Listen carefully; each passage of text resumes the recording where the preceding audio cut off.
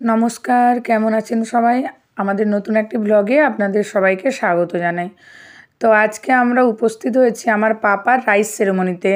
আমার পাপা আজকে প্রথম ভাত খাবে, তো সেই জন্যে আমরা সবাই চলে গেছিলাম আমার বাবার বাড়িতে, মানে মেদিনীপুরে।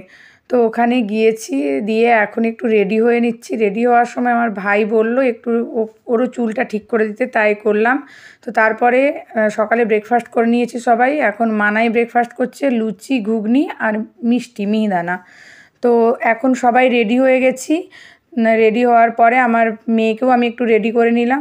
তারপরে ও সাজুগুজু করে খুব খুশি, একটু হাই করে দিতে বললাম, তো হাই করে দিল। হাই করার পরে দেখছি বাইরে বেরিয়ে দেখলাম যে সবাই তখন চলে এসেছে অলরেডি, আমার ভাইয়ের শ্বশুর বাড়ির থেকে।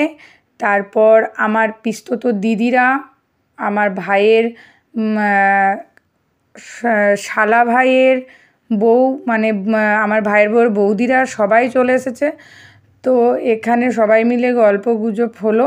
মা তখনও রেডি হয়নি, মায়ের শাড়ি টাড়ি বের করে মাকে রেডি হওয়ার জন্য বললাম।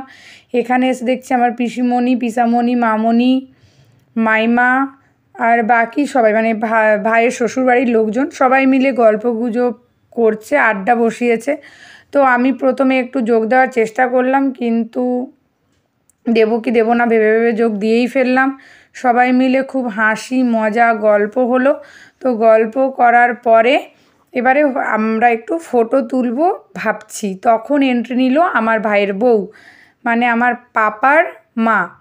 তো আমার মেয়েকে নিয়ে এন্ট্রি নিল। আর এখানে যেটা হচ্ছে সেটা হলো মজার একটা ব্যাপার, বাচ্চাদের খাওয়ানোর জন্য আমরা সবাই ভাত নিয়ে এলাম, এসে আমরাই আগে খেয়ে ফেললাম। তো তারপরে আবার রান্নার দিকে একটু উঁকি মারলাম, দেখলাম যে মাংস তখনও রান্না হচ্ছে।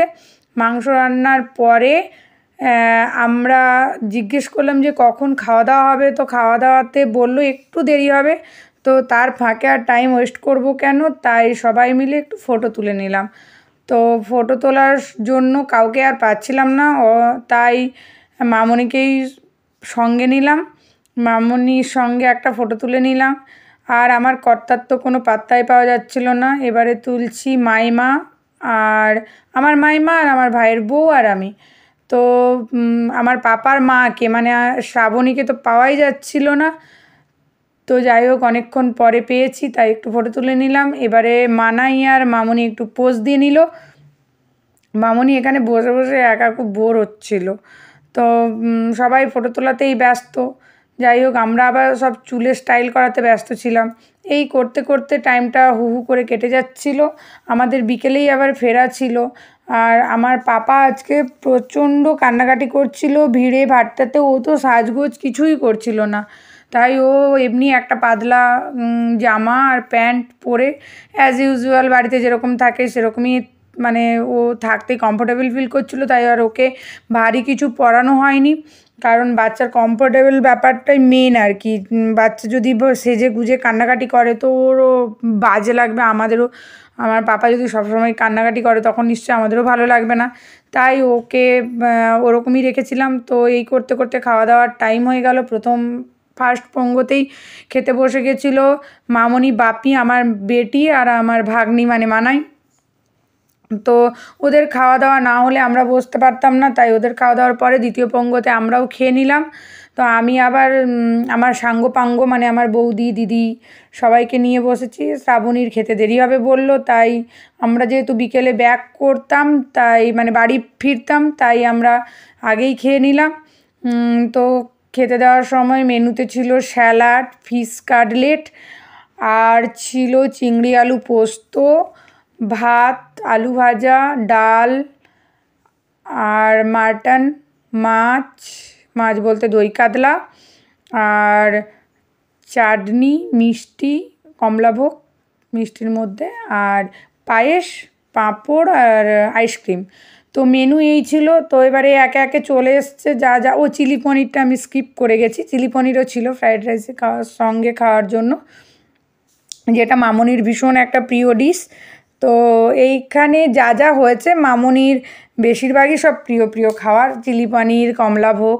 তো সবাই জমিয়ে খাওয়া দাওয়া করছিলাম, খাওয়ার সঙ্গে সঙ্গে আড্ডা, খুনসুটি, ইয়ার্কি এইসবও করেছিলাম। তো আমরা প্রচণ্ড মাটন খেয়েছি আমরা চারজনেই। মাটন খেয়ে পেটে একেবারে আর জায়গাই ছিল না, প্রচণ্ড পেট ভরে গেছিলো, তার জন্য আমি আর পায়েস টায়েস কিছু নিইনি। তো ওটা আমি আগে আগে বলে নিচ্ছি, পরে ভিডিওটা আসছে। আর আইসক্রিমটা খেয়েছিলাম, আইসক্রিম খেয়ে আমার গলার অবস্থা ভীষণই খারাপ, এখন কেন জানি না হঠাৎই গলা বসে যায়। তো তোমরা ভিডিওটা শুনলেই বুঝতে পারবে যে আমার গলার অবস্থা ভীষণই খারাপ ছিল। তা যাই হোক, এখন আমরা মাটন নিয়ে নিচ্ছি।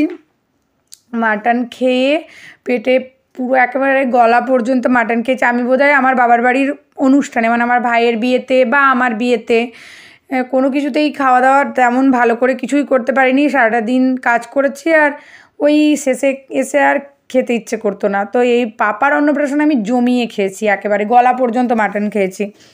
তো মাটন খাওয়া দাওয়ার পরে, মাটন শুধু না সব কিছুই খেয়েছি, খাওয়া দাওয়ার পরে একটু রেস্ট করে নিয়েছিলাম। রেস্ট করে আবার আমাদের বিকেলে ফেরা ছিল। তো বা আমার বাবা আর আমাদের পাবলিক ট্রান্সপোর্টে আসতে দিল না, বাবাই ছেড়ে দিয়ে গেল। যাই হোক, সবাইয়ের সঙ্গে অনেক দিন পরে দেখা হলো, তাই হই হই করে পুরো কাটলো সারাটা দিন। কিন্তু আমাদের সবার অফিসের কারণে আমরা কেউই থাকতে পারলাম না, এটাই আফসোস। আর তাই আমরা বিকেলে ফিরে যাব বলেই আমাকে তাড়াতাড়ি খেতে বসতে হলো, নাহলে হয়তো একদম শেষেই আরও সবাই মিলে মজা করে খাওয়া দাওয়া হতো। তা যাই হোক, এখন খাওয়া দাওয়া পুরো শেষের মুখে।